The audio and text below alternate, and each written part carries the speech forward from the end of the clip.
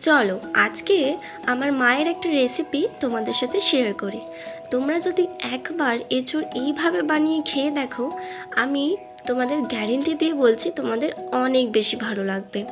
ছোটোবেলায় জানো, মা এই এঁচোড়কে খাসির মাংস বলে খাইয়ে দিত, তখন তো বুঝতাম না, খেয়ে নিতাম। সে যাই হোক, তোমাদের সাথে আমি শেয়ার করব আজকে মায়ের একটা রেসিপি। আমি অবশ্য মায়ের রেসিপি কখনো আমার ইউটিউব চ্যানেলে পোস্ট করিনি, ঠিক আছে। তাও মা আজকে অনেক শখ করে বললো যে আজকে একটা নতুন রেসিপি বানাচ্ছি, একটু পোস্ট কর না তোর ইউটিউব চ্যানেলে। আমি ঠিক আছে চলো তাহলে বলি, শোনো কীভাবে বানাবে। এইগুলো হচ্ছে এঁচোড়, আগে থেকে কেটে মা হলুদ আর নুন দিয়ে এগুলোকে সিদ্ধ করে রেখেছে। আর এটা হচ্ছে খাসির মাংসের চর্বি, যেগুলোকে মা ছোট ছোট করে কেটে রেখেছে।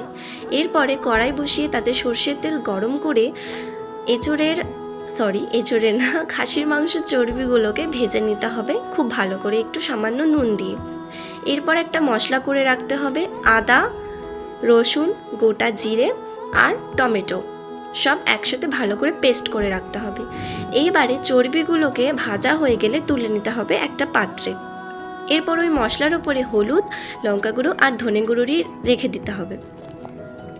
ওই তেলের মধ্যে আলুগুলোকে ভেজে নিতে হবে, যেগুলো ডুমো ডুমো করে মা কেটে রেখেছে আগে থেকে। এবার আলুগুলো ভাজা হয়ে গেলে লাল লাল করে ভাজা আলুগুলোকে তুলে নিতে হবে।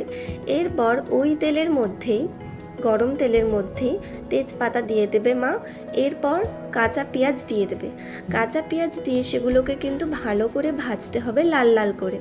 পেঁয়াজগুলো ভাজা হয়ে গেলে এই তেলের মধ্যেই মশলাটা যেটা করে রেখেছিল আগে থেকে, ওই মশলাটা দিয়ে দিতে হবে। মা সামান্য নুন আর চিনি দিয়ে দিচ্ছে যাতে একটু ঝালটা ব্যালেন্স হয়ে যায়। এবারে মশলাটা দিয়ে কিন্তু ভালো করে কষাতে হবে, ততক্ষণ কষাতে হবে যতক্ষণ এটা থেকে তেল ছেড়ে আসছে। যখন এটা থেকে ভালো করে তেল ছেড়ে আসবে তখন এর মধ্যে দিয়ে দিতে হবে পেঁয়াজ বাটা। পেঁয়াজ বাটা দিলে কিন্তু খাবারের টেস্টই একটা অন্য রকম আসে। যাই হোক, এটা মশলাটা দেখো কষানো হয়ে গেছে, সাইড থেকে তেল ছেড়ে এসেছে। এরপরে এখানে ভেজে রাখা আলুগুলোকে দিয়ে আরেকটুখানি কষিয়ে নিতে হবে।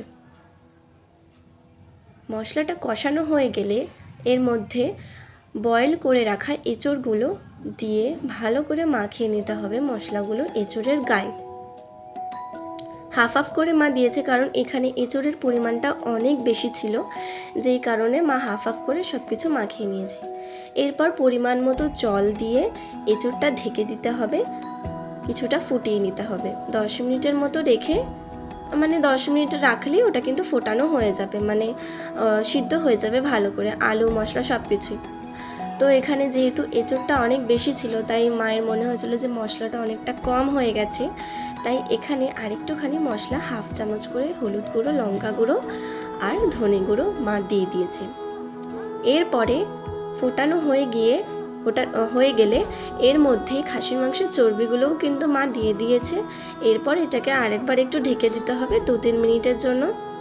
ঢাকনা খুলে ওর মধ্যে 2 চামচ ঘি দিতে হবে, যাতে টেস্টটা একটু ভালো আসে। আর গরম মশলা দিয়ে কিন্তু নামিয়ে নিতে হবে। গরম মশলা দিয়ে কিন্তু আর বেশিক্ষণ এটাকে কুক করা যাবে না। দেখো এখানে কত সুন্দর কালার এসেছে, কতটা তেল ছেড়ে এসেছে।